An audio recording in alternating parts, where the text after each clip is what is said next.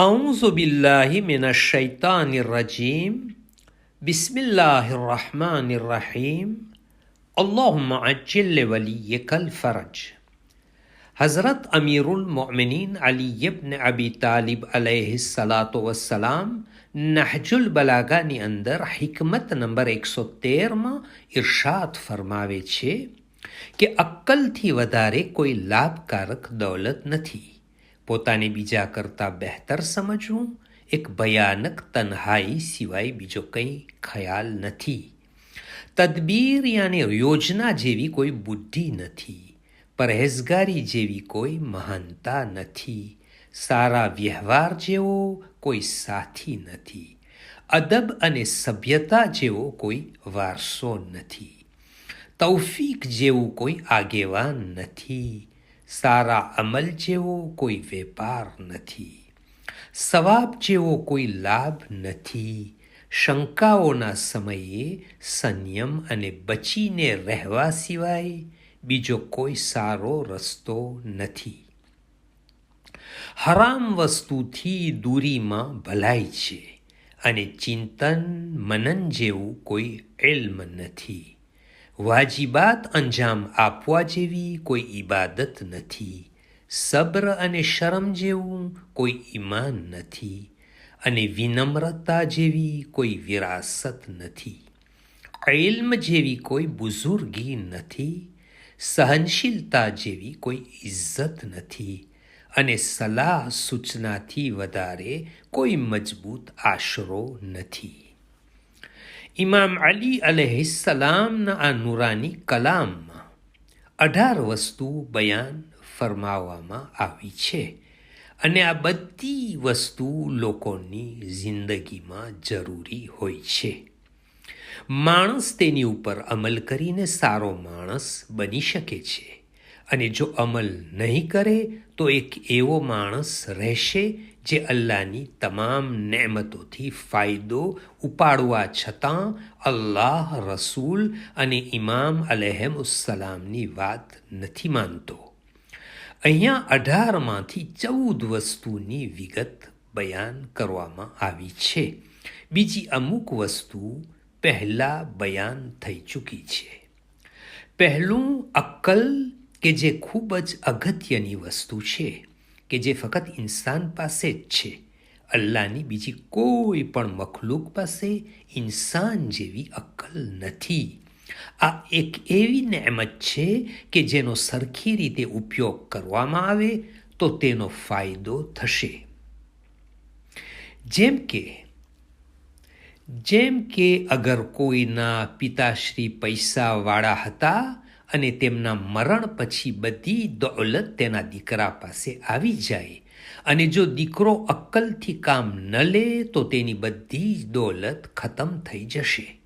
અને આવી જ રીતે જો કોઈ ગરીબ પરિવારમાંથી હોશિયાર હોય અને તે પોતાની અક્કલનો સરખો ઉપયોગ કરે તો અમીર અને પૈસાવાળો બની શકે છે.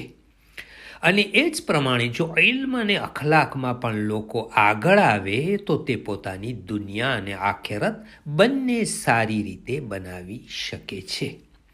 બીજું, આ અક્કલ ત્યારે સરખી રીતે કામ કરી શકશે જ્યારે સરખી રીતે યોજના કરે.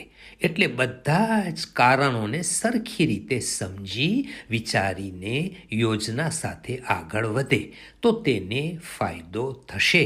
અને કેવી રીતે વિચારવું એ આપણા છેલ્લા નબી સલ્લલ્લાહુ અલૈહિ વસલ્લમે ફરમાવ્યું છે.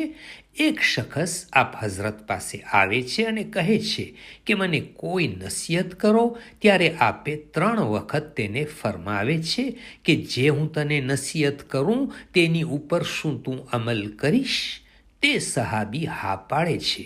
ત્યારે રસૂલ સલ્લલ્લાહુ અલૈહિ વસલ્લમ ફરમાવે છે, કોઈ પણ કામ કરવા પહેલાં સરખી રીતે સમજો, વિચારો અને તેનું અંત જુઓ.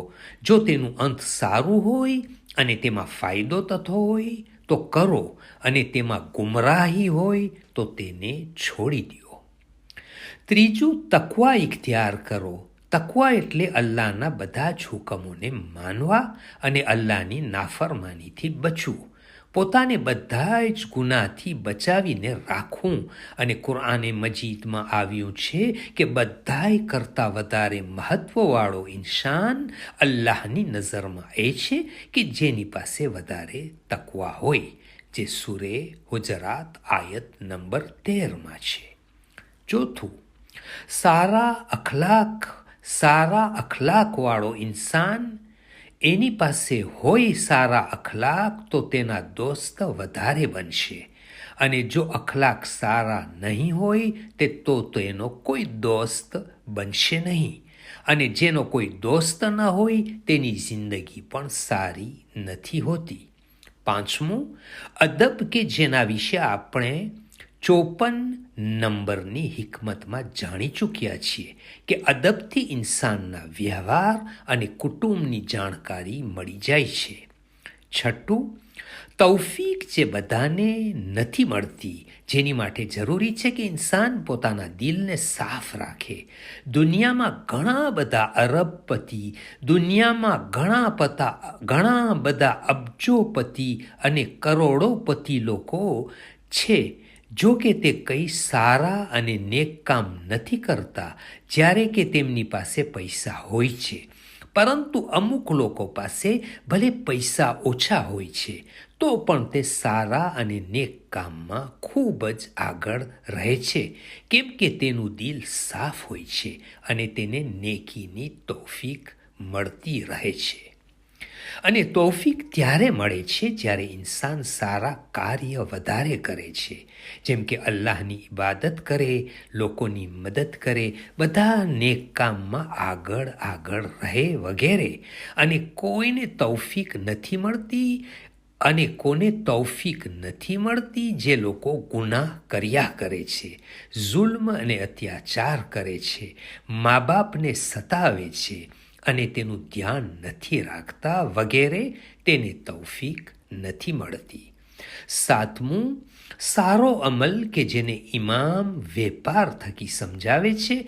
હા, જે વેપારી હોય તે હંમેશા ભવિષ્ય માટે વિચારતો હોય છે કે એવી કઈ વસ્તુ ખરીદું કે જેથી મને ફાયદો પહોંચે.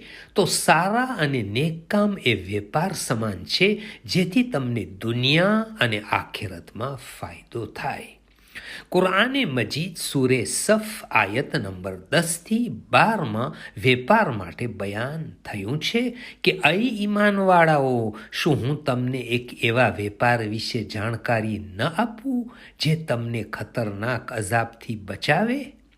તે અલ્લાહ તથા તેના રસૂલ સલ્લલ્લાહુ અલૈહિ વસલ્લમ ઉપર ઈમાન લાવવું અને રાહે ખુદામાં પોતાના માલ અને જાનથી જિહાદ કરવું સમાન છે. કેમ કે આ તમામ હકમાં બહેતર છે કે તમે નથી જાણતા, કે આ તમારા હકમાં બહેતર છે જે તમે નથી જાણતા. અને રાહે ખુદામાં દાન કરવું તમારા ગુનાઓને પણ બક્ષી આપશે અને તમને એ જન્નતોમાં દાખલ કરશે, જેની નીચે નહેરો જારી હશે, અને તે હંમેશાની જન્નતમાં રહેશે જ. તમારી માટે કામયાબી છે. આઠમી વિગતનો જુમલો 7મી વિગતને સરખી રીતે સમજાવે છે. સવાબ તમારા માટે લાભકારક છે. અને સવાબ ક્યારે મળશે? જ્યારે આપણે નેક કામ કરશું, અલ્લાહના હુકમનું પાલન કરશું.